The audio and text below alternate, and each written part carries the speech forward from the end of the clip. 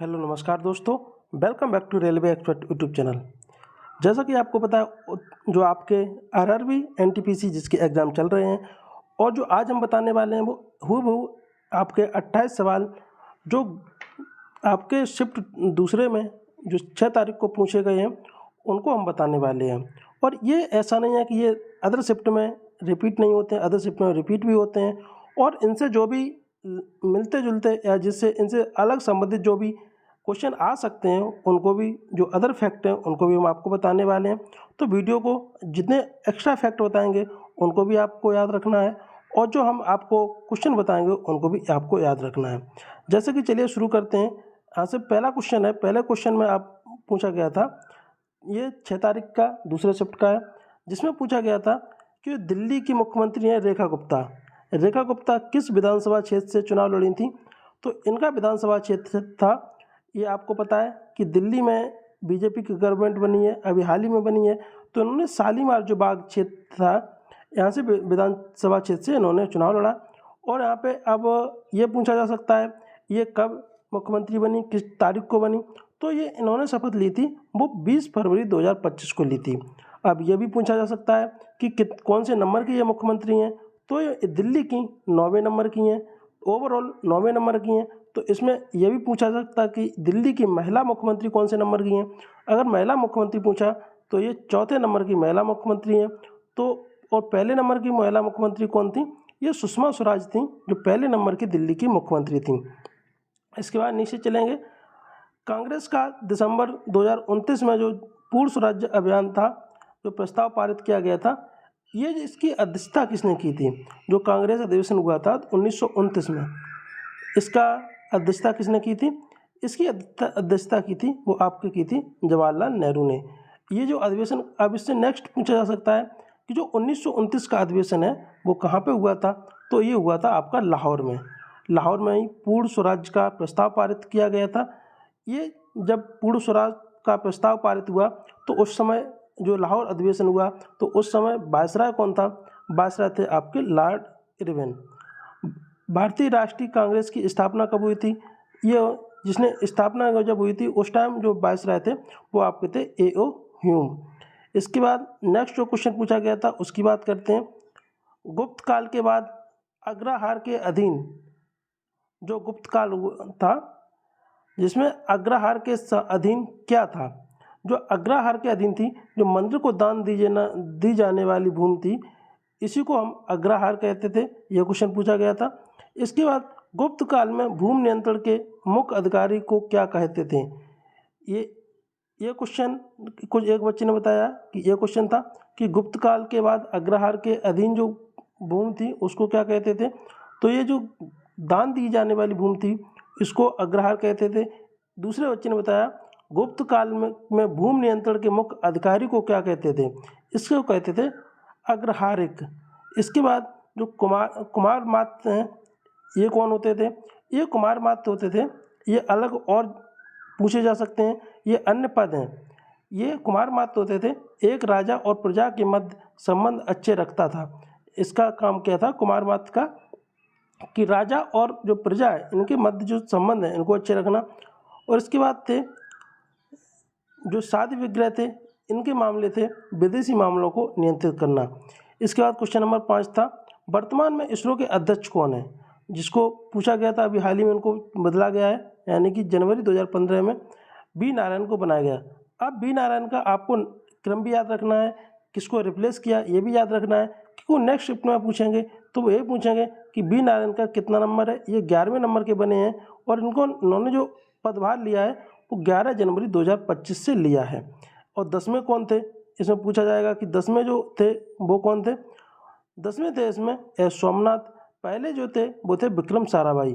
और सबसे जो अधिक इसरो में जो अध्यक्ष रहने वाले हैं वो आपके हैं सतीश धवन, यानी कि जो सतीश धवन अंतरिक्ष केंद्र है इन्हीं के नाम पे ये बनाया गया। इन्होंने सबसे ज़्यादा जो अध्यक्ष रहे हैं सबसे ज़्यादा समय तक वो रहे सतीश धवन। इसके बाद 6वां क्वेश्चन है। 6वें क्वेश्चन की बात करेंगे। वर्तमान जो आपके नियंत्रक एवं महालेखा परीक्षक हैं वो कौन बनाए गए हैं? वो बनाए गए हैं संजय मूर्ति। आप ये समझिए कि नियुक्तियां हैं, नियुक्तियों से हर एक शिफ्ट में 1 से 2 क्वेश्चन पूछे जा रहे हैं और नियुक्तियों का हमने आपको ऑलरेडी वीडियो बना दिया है, उसको आप देख लेना कि कौन कब बनाए गए हैं और कितने नंबर के हैं। इसका वीडियो हमने ऑलरेडी बनाया है, उसको आप देख लेना। ये 15वें नंबर के हैं। इसके बाद 14वें नंबर के जो हैं वो वेणुगोपाल राय थे। इसके बाद 2000 नेक्स्ट क्वेश्चन है 2014 की निवेश विनिर्माण स्किल से संबंधित है। यहाँ पे जो 2014 की निवेश विनिर्माण स्किल है इससे संबंधित कुछ ऑप्शन दिए गए थे। तो 2014 में एक ही निवेश स्किल आई है, वो है मेक इन इंडिया, जिसको शुरू किया था 25 सितंबर 2014 को प्रधानमंत्री मोदी जी ने किया था 25 सितंबर 2014 को। इसके बाद इसका उद्देश्य पूछा जा सकता है। इसका उद्देश्य था नवाचार को बढ़ावा देना, व्यापार आसान करना, कौशल विकास को बढ़ावा देना। ये उसका उद्देश्य है मेक इन इंडिया का। क्वेश्चन नंबर 8 है पीएम मोदी किस देश की खाड़ी देश की यात्रा करने वाले पहले व्यक्ति बन चुके हैं। ये पीएम मोदी हैं किस देश की जो ऐसा खाड़ी देश है जिसकी यात्रा करने वाले पहले देश बन चुके हैं, जो पहले व्यक्ति बन चुके हैं, ये है कुवैत। स्वदेशी आंदोलन किससे क्वेश्चन था कि स्वदेशी आंदोलन कब शुरू किया गया था। स्वदेशी आंदोलन किया गया था 7 अगस्त 1905 को। अब ये भी पूछा जा सकता है स्वदेशी आंदोलन कहाँ से शुरू किया गया था। ये बंगाल के कोलकाता से शुरू किया गया था। इस समय वायसराय थे वो कर्जन थे। ये जो स्वदेशी आंदोलन किया गया था, ये जो यहाँ पे विभाजन था, बंगाल विभाजन के विरोध में किया गया था और इसको शुरू किया गया था वो 10 जुलाई 1905 को किया गया था। कब? 10 जुलाई 1905 को स्वदेशी आंदोलन को शुरू किया गया था। नेक्स्ट क्वेश्चन की बात करेंगे।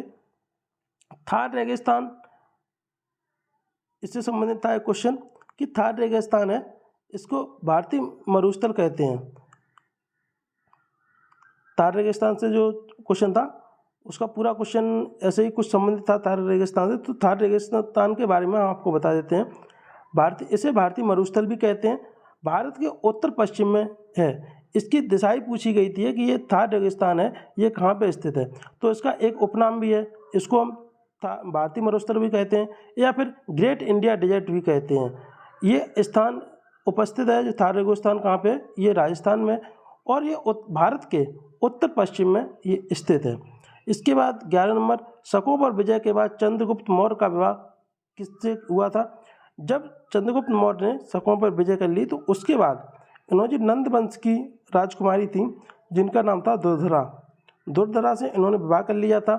इनके शकों 2 शादियाँ हुई थी। तो दूसरी शादी कब हुई थी, जो यूनान के राजा सेल्यूकस निकेटर, इनकी बेटी जो हेलेना थी, हेलेना से भी इनका विवाह हुआ था। लेकिन इन्होंने शकों का विजय प्राप्त करने के बाद वो शादी की थी, वो की थी दुर्धरा से, न कि हेलेना से।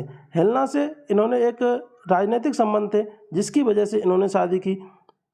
चंद्रगुप्त द्वितीय के बारे में अगर पूछा जाए, ये कुछ दोस्तों ने बताया कि चंद्रगुप्त द्वितीय के बारे में पूछा गया था, कुछ लोगों ने बताया चंद्रगुप्त के बारे में पूछा गया था। अगर चंद्रगुप्त द्वितीय में पूछा जाए तो चंद्रगुप्त द्वितीय ने किया था वो ध्रुव सामनी से शादी की थी और अपनी बेटी जो इनकी बेटी हुई थी, चंद्रगुप्त द्वितीय और ध्रुव सामनी दोनों की बेटी हुई थी, इनका विवाह जो बाकाटिक नरेश थे रुद्रसेन द्वितीय इनसे कर दिया था। इसके बाद 12वां क्वेश्चन है, 12 क्वेश्चन की बात करेंगे।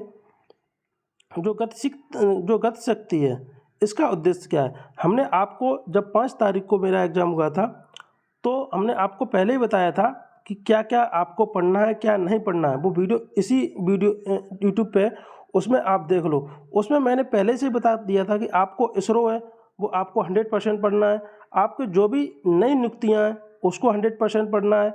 आपके जो भी नए कार्यक्रम चलाए जा रहे हैं और उनका लक्ष्य क्या है उनको 100% याद रखना है। इनसे 100% क्वेश्चन बन रहा है तो आप उस वीडियो को देख लो। उसमें पूरा डिटेल में बताया गया क्वेश्चन, और मैथ के कहाँ से आ रहे हैं, जीएस के कहाँ से आ रहे हैं, और आपके जो रीजनिंग है वो कैसी रीजनिंग पूछी जा रही है। तो उसको अभी तक आपने नहीं देखा तो उसको आप देख लीजिएगा। इसके बाद गति शक्ति का उद्देश्य है, इसका उद्देश्य पूछा गया था। इसमें उद्देश्य है देश के बुनियादी ढांचा को बनाना। इसके बाद 13 क्वेश्चन है, ये रैम जो आपके कंप्यूटर से संबंधित था। इसमें था रैम का कार्य।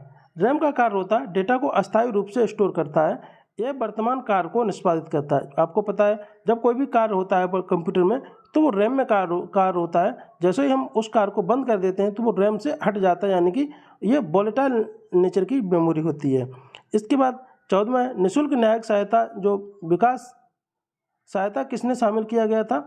जो निःशुल्क न्यायिक सहायता है, आपको भी पता है कि जो DPSP है इसमें शामिल किया गया है और 42वें संविधान संशोधन को इसको जोड़ा गया था। नेक्स्ट क्वेश्चन पूछा गया था, अंतर्राष्ट्रीय ओलंपिक समिति के 10वें अध्यक्ष कौन बनाए गए हैं। जो अंतर्राष्ट्रीय ओलंपिक समिति है इसके 10वें अध्यक्ष बनाए गए हैं, वो बनाए हैं क्रिस्टी कोवेंट्री, जो जिम्बाब्वे की रहने वाली हैं। क्रिस्टी कोवेंट्री को बनाया गया। और जो वर्तमान में ये है थॉमस बॉग, जो इससे पहले थे जो थॉमस बॉग थे, इनका जो कार्यकाल है 23 जून 2025 तक इनका समाप्त होगा, यानी 23 जून का तक थॉमस बॉग का जो कार्यकाल है वो होने वाला है। इसके बाद जो बनाई जाएंगी वो क्रिस्टी कोवेंट्री बनाई जाएंगी। ये पहले से प्रस्तावित है तो इनको बना दिया जाएगा। इसके बाद कौन भारतीय अंतर्राष्ट्रीय ओलंपिक समिति का सदस्य रहा है। जो अभी वर्तमान में जो भारतीय अंतर्राष्ट्रीय ओलंपिक समिति है, इसमें भारतीय एक महिला है, वो है आपकी नीता अंबानी, ये शामिल है। और जो ओलंपिक समिति का ये भी सभी जो भी एक्स्ट्रा फैक्ट है, ये भी आपको 100% याद रखना है, क्योंकि एक्स्ट्रा फैक्ट से जो क्वेश्चन आ गया है, हो सकता है वो क्वेश्चन रिपीट ना करे, लेकिन एक्स्ट्रा फैक्ट है, एक्स्ट्रा फैक्ट आपको 100% मिल जाएंगे। इसका मुख्यालय है वो आपको ल्यूसाने, स्विट्जरलैंड में। नेक्स्ट क्वेश्चन की बात करेंगे 16 नंबर की। 2024 का जो बुकर पुरस्कार है ये किसे मिला था। 2024 का जो बुकर पुरस्कार दिया गया वो सावंता हार्वे को दिया गया था। और जो इनका उपन्यास था वो था ऑर्बिटल उपन्यास के लिए सावंता हार्वे को 2024 का बुकर पुरस्कार दिया गया। अब आपसे पूछा जा सकता है भारतीय जो है किस किस को बुकर पुरस्कार मिल चुके। अभी तक केवल 3 भारतीय हैं जिनको बुकर पुरस्कार प्रदान किए गए हैं। अब वो कौन कौन से हैं और इनके क्या इनकी राइटर थे, क्या क्या इनकी पुस्तकें थी जिसके लिए मिले। पहली थी अरुंधति रॉय, इनको 1997 को मिला। इनका जो उपन्यास था the God of small thing, इसके लिए इनको मिला गया।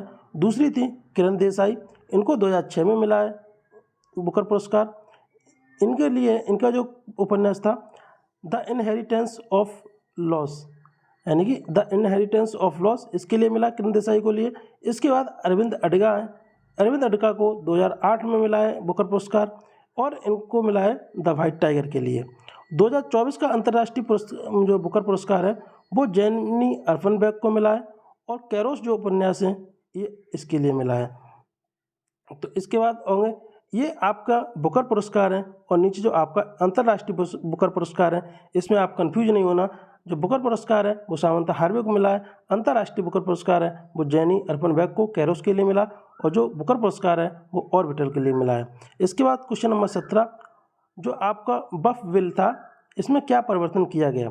आपको पता है कि बफ बिल पे अभी बहुत चर्चाएं रही थी, जो 8 अगस्त 2024 को लोकसभा में पेश किया गया था। आपसे पूछा जा सकता है बफ बिल है वो कब पेश किया गया था। ये पेश किया गया था 8 अगस्त 2024 को। इसमें जो परिवर्तन किए गए हैं वो 1923 का जो मुस्लिम वक्फ अधिनियम है इसको रद्द कर दिया गया है और 1995 का जो वक्फ अधिनियम है इसमें कुछ सुधार किए गए हैं। यही परिवर्तन किए गए हैं कि 1923 के जो मुस्लिम वक्फ अधिनियम है इसमें रद्द कर दिया गया और 1995 का जो अधिनियम है इसमें कुछ सुधार किया गया।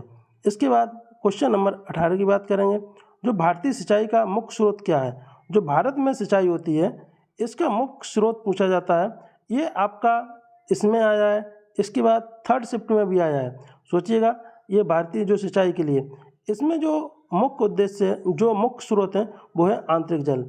आंतरिक जल का मतलब हो गया कि जो आपका सिंचाई जो नलकूपों के द्वारा होती है, नलकूप हो गए, नल पंप हो गए, जिनसे सिंचाई होती है, जिसमें भारत सबसे आगे, जिसमें लगभग 67% तक है ये भारत है, वो नलकूपों के द्वारा यानी कि आंतरिक जल से सिंचाई करता है। फिर एक और कंप्यूटर का क्वेश्चन है कि जब कोई अल्ट टैब दबाने से क्या होगा, इस ऐसे पूछा था।